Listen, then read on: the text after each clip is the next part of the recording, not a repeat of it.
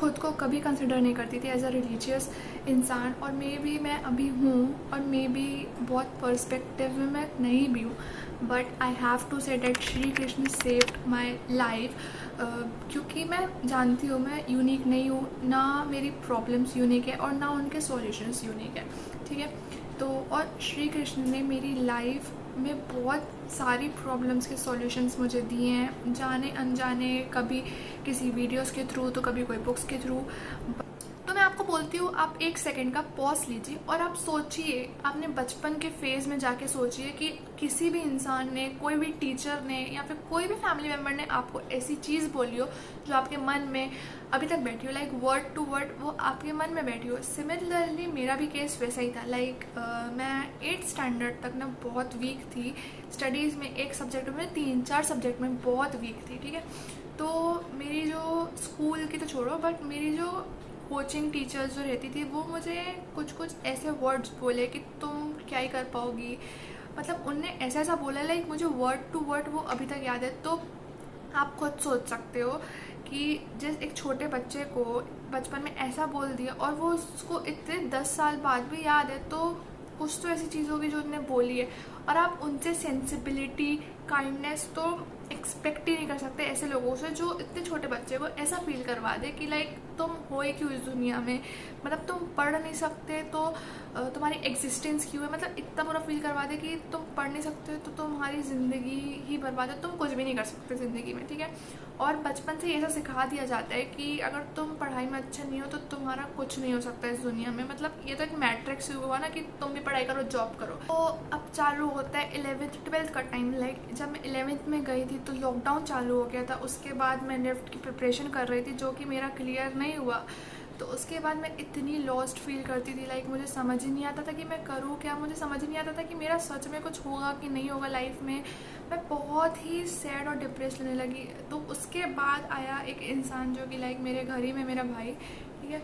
उसने मुझे वो बुक्स पढ़ता था, रिलीजियस बुक पढ़ता था, वो ये सब पढ़ता था, तो उसने मुझे बताया, उसने मुझे गाइडेंस दी, लाइक श्री कृष्ण के बारे में बताया और उनसे जुड़ी बहुत सारी बातें जिससे मुझे क्लियरेंस आया। फिर उसके बाद लाइक मैं वीडियोस देखती थी तो अपने आप मेरे फीड्स में आने लग जाते थे, तो इसको तो हम एक गाइडेंस ही बोलेंगे ना। लाइक फिर वो मेरा क्लियर नहीं हुआ, ठीक है।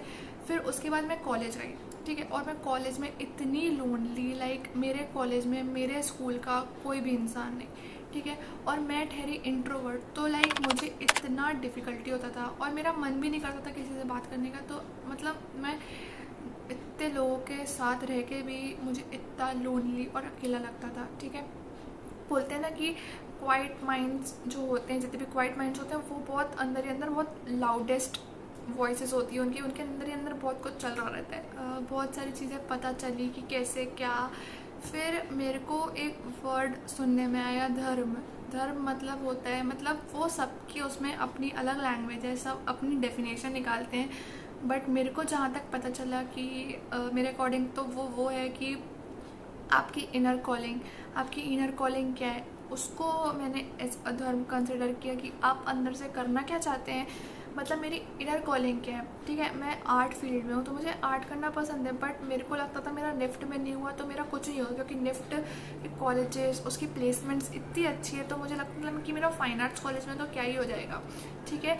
तो धर्म में हम 5 चीज़ों से धर्म कंसिडर किया जाता है, 5 चीज़ों से वो एक पूरा किया जाता है। So the first is find your purpose. अपना पर्पस ढूंढो कि आपको कुछ भी करना है तो आप वो आपको सच में करना है कि वो आप देख के कर रहे हो कि आपकी अंदर से कॉलिंग आ रही है वो करने के लिए। सेकंड इज़ अपने मॉरल्स को नहीं भूलना, अपने रूट्स को नहीं छोड़ना। लाइक आपके जो भी मॉरल्स हैं आप उनको नहीं करो, आप गलत काम नहीं करो, अपने मॉरल्स को समझो, अपने मॉरल्स को रिस्पेक्ट दो। Third is do something useful, मतलब जो आप कुछ अच्छा करो, आप कुछ यूज़फुल करो जो लोगों को इम्पैक्ट करे, जिससे लोगों की भलाई हो, जिससे आपकी भलाई हो और जिससे किसी को नॉलेज मिले, किसी को फ़ायदा मिले, आप वो करो। फोर्थ इज़ नेचर, आप अपने नेचर से प्यार करो, अपने नेचर की रिस्पेक्ट करो, उसका देखभाल करो। फिफ्थ इज़ आप इतने माइंडफुल बनो कि आपको पता हो कि आपके वर्ड्स, आपके एक्शन किसको क्या इम्पैक्ट कर सकते हैं, तो आप उन सब का ध्यान रख के आप अपने एक्शंस पे काबू कर सकते हो और अपने एक्शंस को सुधारो और अपने एक्शंस अच्छे करो कि किसी का उससे कुछ बुरा ना हो और आप जो भी कर रहे हो वो सबको यूज़फुल हो और वो सबको फ़ायदा दे। और सबसे बुरी गलती हम सब यही करते हैं कि हम अगर कॉलेज जाते हैं या फिर हम कहीं भी जाते हैं तो हम खुद को कंपेयर करने लगते हैं दूसरों से।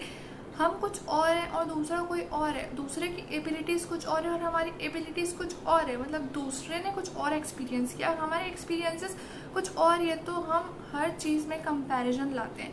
और सबसे इम्पॉर्टेंट चीज़ जो श्री कृष्ण ने बोली है कि चेंज इज़ कंसिस्टेंट, मतलब कि परिवर्तन ही संसार का नियम है, तो हमको उसके अकॉर्डिंग ही चलना चाहिए। लाइक जो हमारी बॉडी है उसमें सेल एक स्मॉलेस्ट यूनिट है। हमारी बॉडी के जो सेल्स हैं वो नए बनते हैं, पुराने वेस्ट होते हैं। हमारी बॉडी के जो ब्लड है वो क्या बोलते हैं, वो प्यूरिफाई होता है, वो वापस रीबिल्ड होता है। वो सब हमारा बोला जाता है कि 15 ईयर्स में हमारा रीबॉर्न होता है। तो जब हमारी बॉडी चेंज कर रही है खुद को, जब हमारी बॉडी हर 15 साल में चेंज हो रही है, तो हम अपने दिमाग को, हम अपने माइंड को ऐसे ही क्यों रख देते हैं। हमको भी चेंज होना चाहिए, हमारे माइंड को भी चेंज होना चाहिए। हमारी जो आज हॉबीज़ है वो हमारी कल नहीं रहती। हमारी जो आज चॉइसेस है, आज हमको जो खाने में पसंद है, जो ज़रूरी नहीं वो हमको कल भी पसंद हो। तो लोग कैसे कंसिस्टेंट रह सकते हैं, हमारे दोस्त कैसे कंसिस्टेंट रह सकते हैं। और अगर हम श्री कृष्ण की भी लाइफ देखेंगे तो उनकी भी लाइफ हमको चेंजेस से भरी मिलेगी। लाइक वो बचपन में बहुत ही शैतान थे, वो बड़े बड़े होते हुए उन्हें रिस्पॉन्सिबिलिटी उठाई, उसके बाद उनने प्यार का मतलब सिखाया, उसके बाद उनने बहुत कुछ किया। फिर वो उनने अपने दोस्त का फ़र्ज़ निभाया, जो कि उनने द्रौपदी की इज़्ज़त बचाई। और उसके बाद उनने बहुत कुछ किया अपनी लाइफ में, तो उनने भी चेंज किया। उन्हीं ने बताया था कि परिवर्तन संसार का नियम है। तो हम सबसे बड़ी एक और गलती करते हैं कि हम खुद को रेडी नहीं करते हैं किसी भी चीज़ के लिए। कि हम स्कूल में होते हैं ना, तो हमको हर चीज़ हमको पता है, हमको पेरेंट्स देते हैं। उसके बाद जब हम बाहर दुनिया में निकलते हैं ना, कॉलेज के बाद जब जॉब के लिए, तो हमको इतना फियर होता है कि हमारे साथ क्या होगा। स्कूल तक सब हमको मिला, सब हमारे पेरेंट्स ने किया। हमको बस था कि हम स्कूल में एग्ज़ाम्स दें, कॉलेज में एग्ज़ाम्स दें और पास हो जाए और बहुत अच्छे परसेंटेज लाए, तो हम खुश हो जाते थे। बट हमने लाइफ के बारे में इतना सोचा ही नहीं कि हमको आगे कैसे क्या होगा। बट अपन सोचते भी तो अपन डर जाते हैं।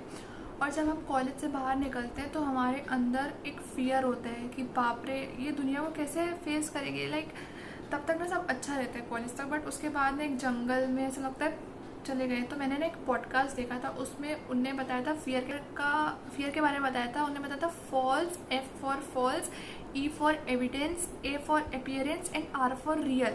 तो जितनी प्रॉब्लम हमारी रियल लाइफ में नहीं होती है ना, हम अपनी इमेजिनेशन में उससे बहुत बड़ी बड़ी प्रॉब्लम्स बना लेते हैं। तो हमको हमारे फियर्स पर भरोसा नहीं करना चाहिए हमेशा, क्योंकि जितनी छोटी प्रॉब्लम रहती है ना, हम उसको डबल ट्रिपल करके हमारे माइंड में बिठा लेते हैं। तो इससे हमें ये तो सीखना चाहिए कि फियर कितना भी डरावना क्यों ना दिखाई दे रहा हो, उससे हमको बिल्कुल नहीं डरना चाहिए। क्योंकि बहुत सी चीज़ें ऐसी होती है जो जैसी दिखती है वो वैसी होती नहीं है। तो इसलिए सारी प्रॉब्लम्स कट जाती है, सब कुछ हो जाता है। तो अपने आप को दुखी नहीं रखना चाहिए, अपने आप को हमेशा खुश रखना चाहिए। क्योंकि भगवान ने हमको इस दुनिया में भेजा है, तो ऑब्वियसली हमको दुखी रहने के लिए तो नहीं भेजा होगा। अगर हम आए हैं तो हम खुश ही रहते हैं। तो ये सब चीज़ें जो फियर रहता है ना, इससे हमारा कॉन्फिडेंस एकदम चकनाचूर हो जाता है। क्योंकि हम फियर रहता है तो हम कहीं दिखाई नहीं पाते कि हमारे में कॉन्फिडेंस है नहीं है। क्योंकि अगर होता भी है ना, तो वो एकदम चूर चूर हो जाता है। तो अगर हमको कॉन्फिडेंस अपने में ऐसे ही रखना है, तो हमको अपने 3 P's पे, ये 3 P's हैं, एक है पर्सपेक्टिव, एक है perception and third one is practice. Perspective मतलब हमारी नॉलेज, हमारा पर्सपेक्टिव क्या है हमारे एक्सपीरियंस के हिसाब से। सेकंड इज़ परसेप्शन, तो उसका मतलब है कि हमारी एबिलिटीज़, कि हम क्या क्या कर सकते हैं, हमको क्या क्या पता है, हमारी लिमिटेशंस, वो सब। प्रैक्टिस का मतलब है कि हम एक स्किल को या फिर कोई भी चीज़ को इतना प्रैक्टिस करें कि हम उसमें मास्टर हो जाएं। तो अगर हम ये 3 चीज़ को एकदम बहुत अच्छा कर देते हैं ना, तो हमको एक बोनस मिलता है, गिफ्ट मिलता है, जो कि 4th P है। और 4th P क्या होता है, वो है प्रोग्रेस। ठीक है, तो मैंने तो आपको बताया जैसे कि जो हमारी इनर कॉलिंग रहती है, जो हमको बहुत मन रहता है करने का, जो हम दिल से कर सकते हैं, तो वो था मेरा कंटेंट क्रिएशन। मेरा था कि मैं ये सब वीडियोस बनाऊँ। पहले मैं आर्ट वीडियोस बनाती थी, ठीक है, पर मेरा मन था कि मेरे को बोलने का बहुत मन करता था, ठीक है, और वो भी खासकर लोगों के बीच में, नहीं अकेले में। तो मैंने अपना कंटेंट क्रिएशन चालू किया, मैंने नॉलेज को बांटना चालू किया, जिससे लोगों का फ़ायदा हो, जिससे आप जैसे लोगों का फ़ायदा हो और मेरा भी फ़ायदा हो। तो ये तो मेरी कॉलिंग थी। और श्री कृष्ण ने मुझे इससे मोटिवेटेड ऐसे रखा कि मतलब मेरे को अच्छे कमेंट्स भी आते थे, तो मैं वो कमेंट्स पढ़ के ना, मतलब मेरे को अंदर से एक मोटिवेशन फील होता है कि लाइक हाँ, चीज़ ज़्यादा खुश करती है। मेरा ये मानना है कि अगर मेरे को ये कमेंट्स दिख रहे हैं, और बहुत लोग को तो नहीं, पर जितने भी लोग को मेरे वीडियोस दिख रहे हैं और वो लोग मुझे कमेंट करके बोल रहे हैं, तो ये एक श्री कृष्ण का साइन है कि लाइक हाँ भाई, तू बहुत अच्छा कर रही है, ठीक है। और ऐसा बोलते हैं ना, गो विद द फ्लो, मैं इसमें बिलीव भी करती हूँ और मैं इसमें नहीं भी बिलीव करती हूँ। मेरा मानना ये है कि go with the flow, but आपको एक्शंस उसके अकॉर्डिंग लेने भी चाहिए। आपको ऐसा नहीं कि सब भगवान करेंगे, आपको नई नई चीज़ें ट्राई करते रहनी चाहिए। आपको खुद के दिल की सुननी चाहिए कि लाइक आप करना क्या है। तब भी बोलते हैं ना कि जो इंसान खुद की मदद करता है उसी की भगवान हेल्प करते हैं। तो बहुत लोग एक्शंस ये सब के लिए रेडी ही नहीं रहते हैं, बस वो सोचते हैं कि लाइक हाँ, सब कुछ हाथ में मिल जाएगा, बट ऐसा नहीं होता है। तो अगर मेरी तो यही थिंकिंग है कि अगर आपको ये वीडियो दिखा है और आपने एंटरटेनमेंट से हट के ये वीडियो अगर आप देख रहे हो, तो लाइक ये श्री कृष्ण का साइन है कि वो आपको कुछ मैसेज दे रहे हो, या फिर आपको एक क्लियरिटी दे रहे हो कि हाँ भैया, तुम बहुत सही रास्ते जा रहे हो, तुम्हारा भी बहुत अच्छा होगा।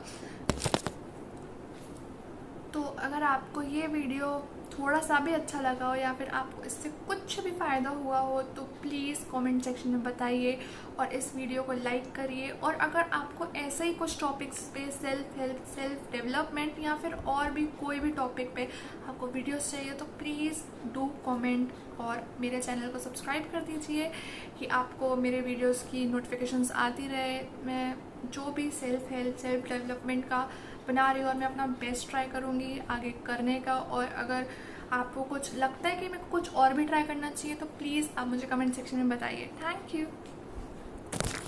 अगर आपको ये वीडियो थोड़ा सा भी अच्छा लगा हो, या फिर आपको इससे कुछ भी फ़ायदा हुआ हो, तो प्लीज़ कमेंट सेक्शन में बताइए और इस वीडियो को लाइक करिए। और अगर आपको ऐसे ही कुछ टॉपिक्स पे, सेल्फ हेल्प, सेल्फ डेवलपमेंट, या फिर और भी कोई भी टॉपिक पे आपको वीडियोस चाहिए, तो प्लीज़ डू कमेंट और मेरे चैनल को सब्सक्राइब कर दीजिए कि आपको मेरे वीडियोस की नोटिफिकेशंस आती रहे। मैं जो भी सेल्फ हेल्प, सेल्फ डेवलपमेंट का बना रही हूँ, और मैं अपना बेस्ट ट्राई करूँगी आगे करने का। और अगर आपको कुछ लगता है कि मेरे को कुछ और भी ट्राई करना चाहिए, तो प्लीज़ आप मुझे कमेंट सेक्शन में बताइए। थैंक